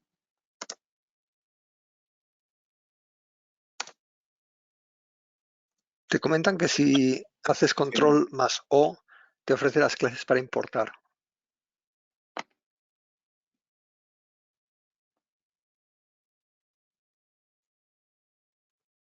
Bueno, el control O en realidad es para browsear, pero control más. No, pero en realidad hay otro temita. Lo tenía bastante probado, ¿eh? Qué raro, que tal vez hay algo. ¿Será que tiene que ser un control?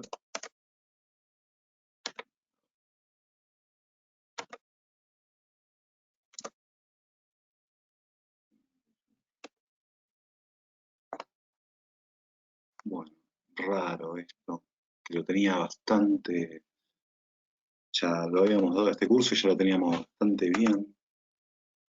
Vamos a dejarlo así. El tema que,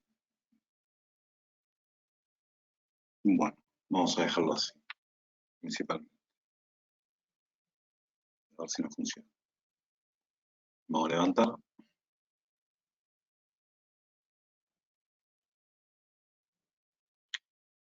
Bueno, sepan que bueno, son configuraciones bastante complejas que pueden traer algún tipo de problema, algún tipo de error. Yo la verdad que trato de preparar siempre todo que esté bien funcionando, pero bueno, siempre nos cruzamos con alguna cuestión. A ver.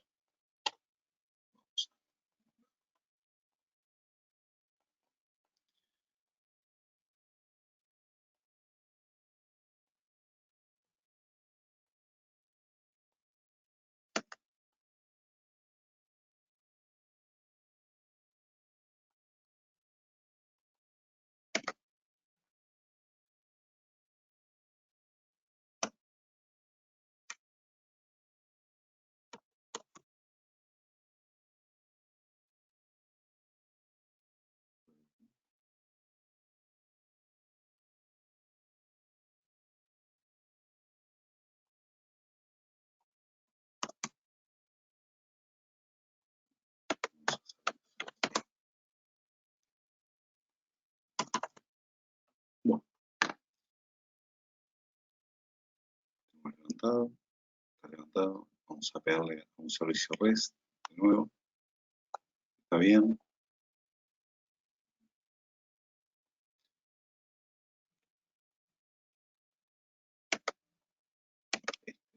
Tiene que andar bien.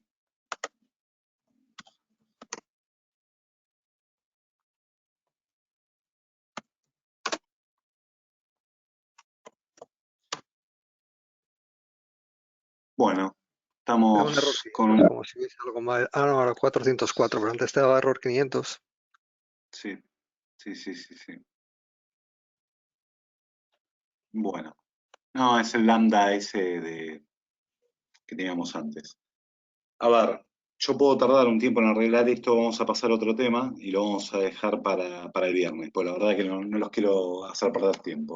Vamos a pasar a TEOAS directamente, mejor, y vamos a dejar esto ahí stand-by. Te dicen que Les le pido has mil quitado disculpas. @RESTcontroller a user controller Sí, REST. sí, sí, sí, sí, sí, eso también. Sí, ahí está. Esto lo Vale, vamos a dejar stand-by para la próxima clase. Igualmente tenemos bastantes cosas que ver. Vamos a ver lo de ATOES, mejor. de acuerdo, Y después, sin problema. sí, No te preocupes, ya lo buscamos la solución y esto obviamente puede ocurrir. Tenemos una sí. pregunta de todas formas que quiero que sí que la vas a poder responder. Te A ver, preguntan si en base a tu experiencia profesional, sí. ¿qué es la opinión de, o sea, cuál es tu opinión de estas herramientas? Por un lado, Swagger y por otras, Ramal. Ramal no la conozco, realmente no la he utilizado, pero Swagger, yo creo que como herramienta es una herramienta normal, digamos, común y corriente que nos provee ciertos mecanismos para generar eh, llamadas a API o para ir creando APIs REST. Lo más importante es la especificación que hay detrás de Swagger, que es OpenAPI, que lo que logra es estandarizar un dialecto donde podemos escribir nuestras APIs en función de JSON o YAML y de acuerdo a eso podemos tener sistemas de validación, despliegues de API, podemos trabajar con enrutadores de API un poquito más sofisticados como API Connect que les había citado antes, pero la especificación era una necesidad en un principio y está bastante bien. Cuando vean que Swagger funciona, cuando vean, cuando pongamos esta API en funcionamiento, después veré qué pasó, ahí van a ver que la interfaz gráfica que nos provee que está bastante buena, sobre todo para un cliente que la va a consumir, sobre todo la documentación.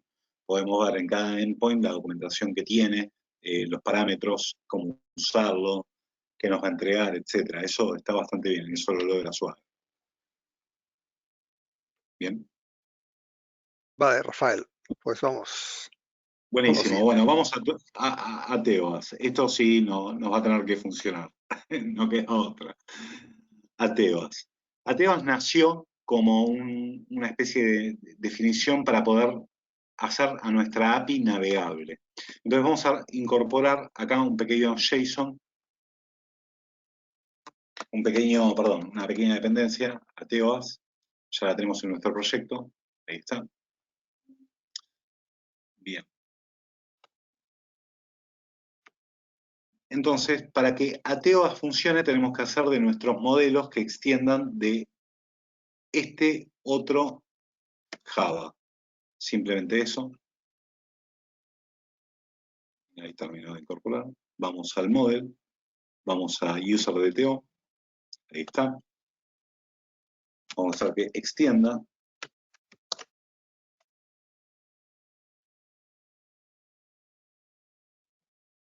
De Atoeas. Ahí está.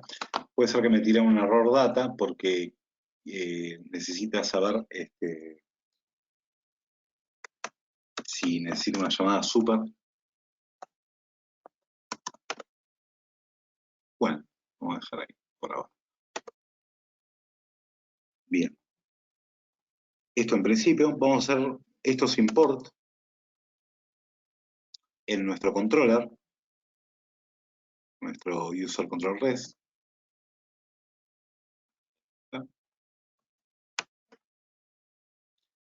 Y vamos ya a incorporar los árboles de navegación a nuestra API. El código es un poquito de CL también, entonces lo tengo acá directamente para copiarlo y pegarlo. Esta es la navegación de un recurso consigo mismo. Ahora van a ver el resultado, primero vamos con el código. Vamos a comentar mejor esto. Ahí está. Vamos a revertirlo. Ahí está. Bien. Este endpoint, además de hacer getUserById, también tiene que devolver información de dónde encontrar este mismo recurso. ¿Bien? Entonces, con este código de Atoeas, simplemente le estamos incorporando navegación a la respuesta. Van a ver lo que me entrega. Sí, vamos a inicializar.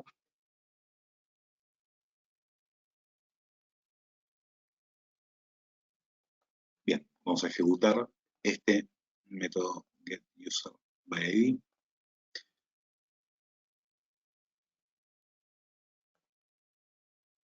Bien, tenemos que hacer una configuración más, porque tiene un error. Vamos a poner configuration.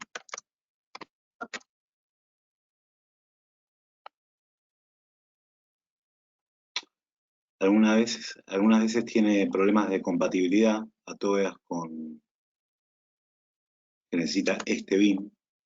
Bien, simplemente con esto yo entiendo que va a estar bien.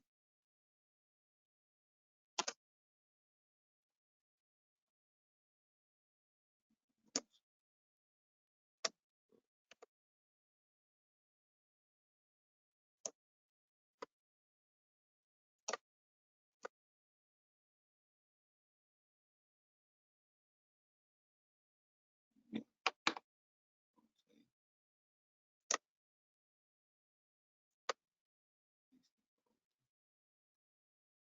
Y nos falta este. Ahí. Bien. Ahora sí. Vamos a prender.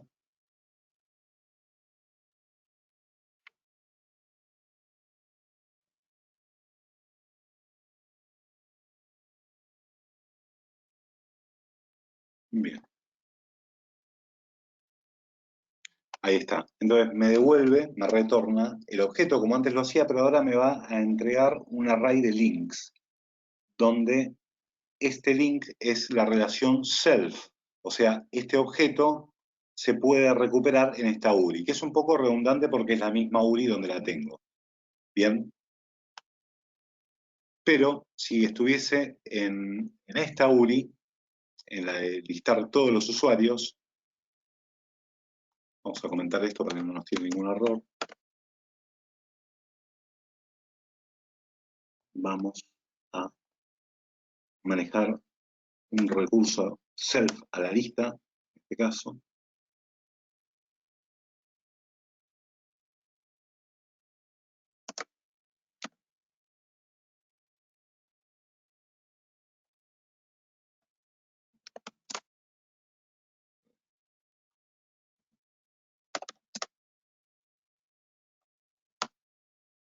Vamos a acomodar un poquito este código.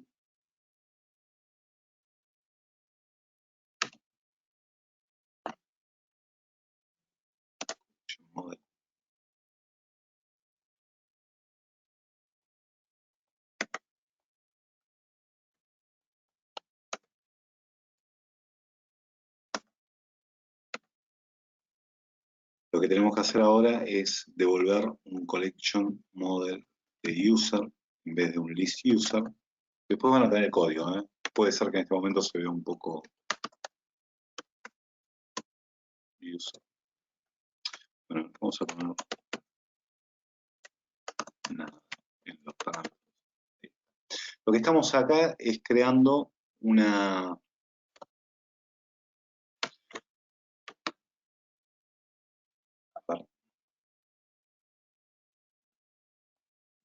Lo que estamos creando acá es un link a TOEAS con una relación self a la misma lista de usuarios. Básicamente lo que creamos es un collection model, que es collection model es el objeto por decantación de ATOEAS y es un envoltorio de, en este caso, la lista de usuarios. Y simplemente acá estamos conformando el link, apuntando a sí mismo a este método, que es donde se vuelven todos los usuarios. Vamos a ver el resultado de esto. Puede ser un poco confuso este código, y lo es. Tampoco, no es muy amistoso, pero bueno, es la forma en que ATOEAS, mediante Java, resuelve estos links de navegación.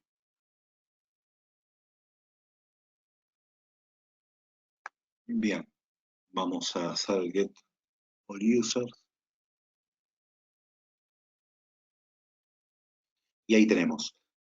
Tenemos ahora nuestra respuesta dividida en dos segmentos. Una que es content, que es lo que venía siempre, ¿no? La lista con todos los usuarios. Pero además tenemos otra lista de links con un link rel de relación self que me indica justamente cómo llegar a esto mismo que estoy utilizando. Ahora, lo más apropiado es que por cada uno de estos objetos, de cada JSON, de cada usuario, tenga también unos links para recuperar este usuario en común, este usuario puntualmente. Entonces, vamos a incorporar este mismo método que tenía para cada uno de los usuarios de la lista. Lo vamos a hacer con for each. Ahí está. Bien. Con esto solo estamos creando el self-link relation para cada uno de los objetos de esa lista.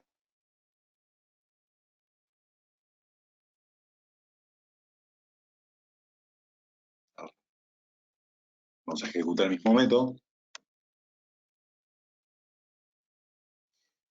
Y acá, como ven, cada uno de los objetos, además de la información, tiene otra entrada de links con los links para recuperar cada objeto puntual.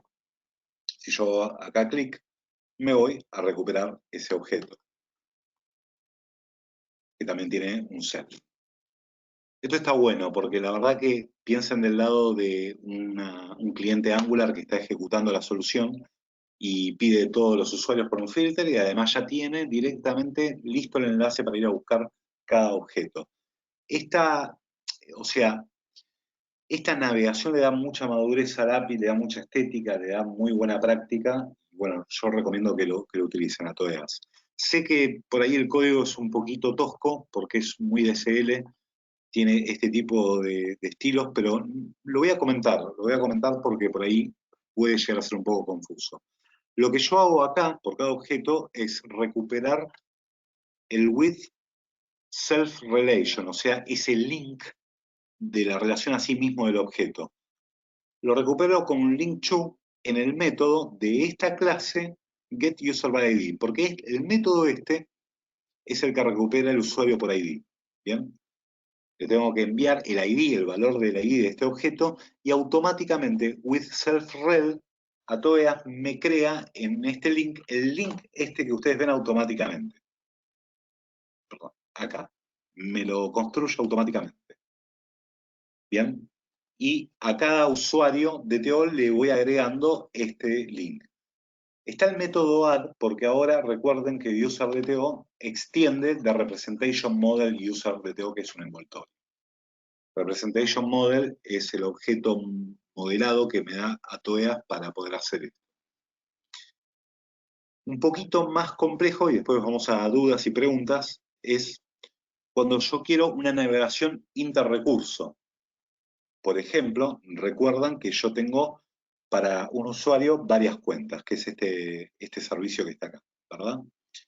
Ahora, estaría bueno que acá por cada usuario, en los links, además del link a recuperar el usuario mismo, tenga el link a todas las cuentas del usuario. Y así como son las cuentas, puede ser todas las compras, todas las ventas que hizo el usuario, etc. Entonces vamos a hacerlo también con atoeas. Vamos a copiar esto. En vez de crear una relación de tipo self, ahora se crea otro tipo de relación. La vamos a incorporar también acá.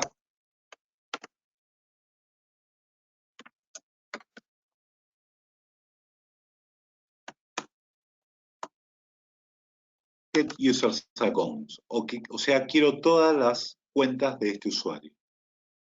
¿Bien? Y se va agregando también este nuevo link. Vamos a hacer así. Vamos a levantar. Y esto también responde un poco a la pregunta que había del otro lado, que decía a qué nivel de granularidad tengo que enviar los JSON. O sea, si tengo que enviar un JSON con todas las cuentas. No, la mejor práctica es enviarle un JSON con la información básica del usuario y además proveer links para navegar a otros tipos de relaciones. Entonces, acá tengo la relación self, que es la famosa relación de recuperar este mismo objeto. Y esta es una relación de accounts que viaja hacia accounts. Yo toco ahí, hago send y ya me devuelve todas las cuentas del usuario. Esto es AtoEOS. Tener una API con esta fórmula, la verdad, nos da mucha robustez, navegabilidad, sobre todo. Eso está bueno. Les comento nada más que esto, el famoso config de AtoEAS, lo que hace es resolver un problema bien conocido, bastante complicado, que anda con Spring Boot y AtoEAS, esta librería, que cuando levanta tira ese error feo que ustedes vieron por ahí. Simplemente es un fix a ese error, que hay que tenerlo de por sí. Por eso yo lo dejo acá en el código, ¿bien? Y ustedes lo pueden recuperar también de las diapositivas, si lo quieren hacer de acero paso a paso. Bueno, Miguel, bueno, ante todo, disculpa por lo de Swagger, ¿no? Me hubiese gustado mostrarles hoy, pasar para la semana que viene, pero ¿cómo lo vemos hasta acá? ¿Alguna duda? Sí, para la clase que viene, que es el viernes. Sí, sí. Perfecto. Te preguntan por aquí, HateOAS, al construir la relación, no ejecuta realmente el código del endpoint al que está invocando, ¿cierto? No ejecuta el endpoint, solamente crea el link a la relación. Si se refiere a si este código de AtoEAS, este que está acá, está ejecutando este método, no, pues eso sería como consumir demasiados recursos, estaría ejecutando varios endpoints de uno, no, solamente lo que hace es crear la relación a partir del método que yo le especifico en Java. Después lo traduce al método, a la URL correspondiente. ¿Bien? Ajá, te dicen que claro. Muy bien. Sí, sí, sí, no, por Perfecto. supuesto, si no estaría consumiendo muchísimos endpoints, muchísimos recursos y no, no es la idea. Bien, Bien. Bueno, tenemos alguna persona que se ha perdido. Enseguida pasamos el código antes de terminar la clase para que lo puedan sí, repasar tranquilamente y consultar cualquier duda que viendo de nuevo el vídeo y consultando cualquier duda el próximo día. bien. Eh, ¿Alguna duda más por ahí? No, ¿O pasamos? solo esto. De momento Bueno, solo esto. entonces, genial. Pasamos al otro tema. Nos quedan unos 10 minutos, así que vamos a ver un poquito la entrada a esto, que es la API Java Bean Validation, que deviene de la JSR 380, que es una especificación de Java mismo, de la Java Community Process, que emite ciertas especificaciones de cómo son estándares para resolver algún tipo de cuestión. En este caso, validar. Validar la API es muy importante. Bien.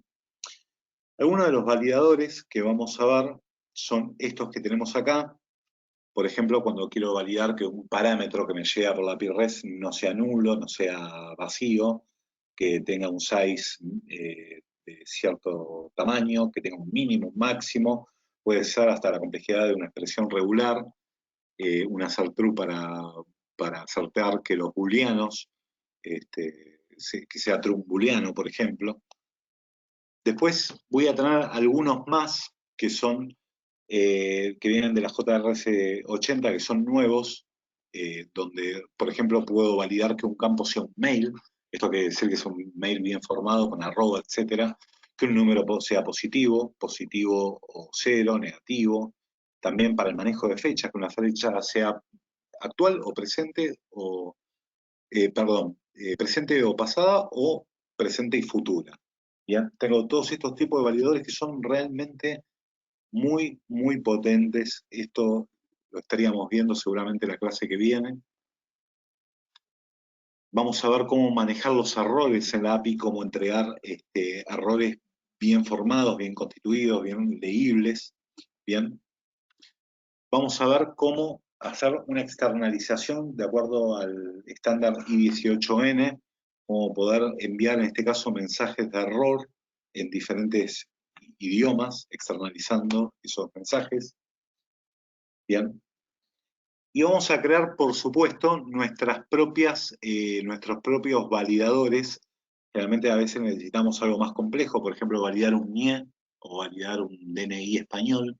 Bueno, vamos a ver cómo podemos hacer un ejemplo bien a medida de eso. Validar por grupos, cuando activar un validador que funcione en algún caso y no en el otro. Por ejemplo, quiero validar cierta propiedad, pero solamente en el endpoint de update y no en el de create. Bien, esto es una necesidad muy común, entonces vamos a dar también cobertura a eso con esta API de validation. Voy a dar un ejemplo muy chiquito ahora, que tenemos unos minutos más. Por ejemplo, voy a utilizar el not null, bien, para user por ejemplo. Vamos a poner que requerimos el last name sí o sí, que no puede ser nulo. Primero tenemos que importar esta dependencia en Maven. Bien, ahí está.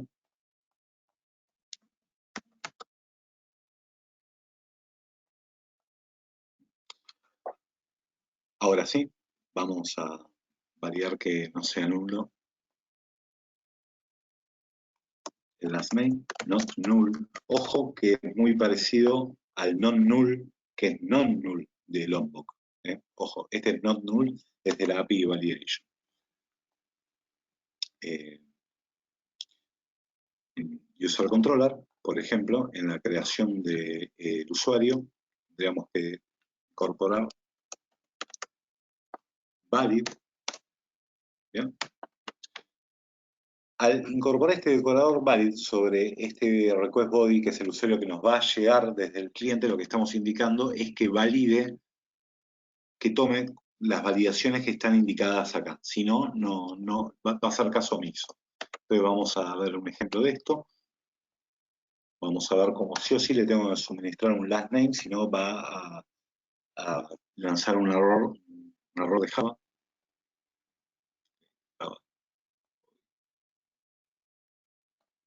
Bien.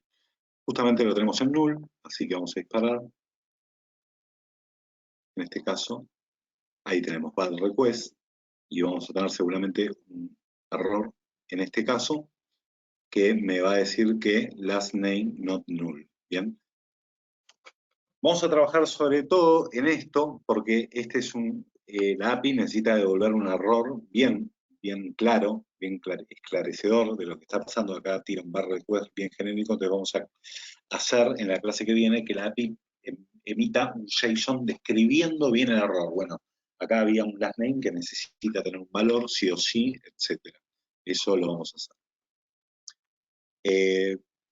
¿Cómo ves, Miguel, ir concluyendo acá con alguna que otra pregunta que podamos resolver y ya seguir con los validators para la clase que viene? Claro, perfecto. Estupendo. Tengo Sí, aquí alguna preguntilla, te la paso antes de a terminar, ver. ¿vale? Sí, vale. Vale, es un poco larga, la tenemos en la plataforma. Te preguntan con Sí. proyecto. Bueno, mira, lo que voy a hacer es, la voy a poner en el chat para que la puedas tú leer a la vez que yo, porque si no te vas a Bueno, perder porque mejor. es realmente un poco larga. La voy a pasar para todos y vas Sí, a tener que abrir el panel de chat sí, ahí dentro de está. la interfaz y ahí lo vas a ver. Dice así, en un Bien. proyecto Java Maven RESTful y bajo Other Sources, tengo archivos de propiedad y funciona perfectamente. Necesito añadir unos archivos con código JavaScript para ser invocado dentro de unos métodos. Cuando despliego mi máquina local, se añade una ruta absoluta en la unidad, ejemplo, bueno, y te da una ruta. El código funciona correctamente. Cuando despliego el WAR en un servidor Linux dockerizado, entonces evidentemente la ruta de 2 puntos no funciona. He probado otro tipo de rutas y no he conseguido la apropiada, es decir, el código no se encuentra el archivo y por ende no puede invocar sus métodos. ¿Sabes cómo podría ser la ruta en este caso? Bueno, Miguel, acá ya es un tema de consultoría, más que una pregunta. Pero a ver, Sí, ¿verdad?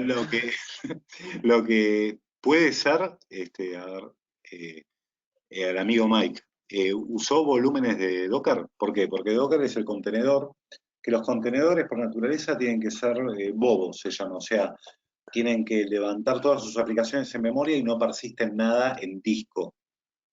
Entonces lo que hay son volúmenes Docker donde los contenedores Docker persisten su información en un disco mapeado en el físico, en el host donde corre el contenedor Docker. Se llama Docker Volúmenes.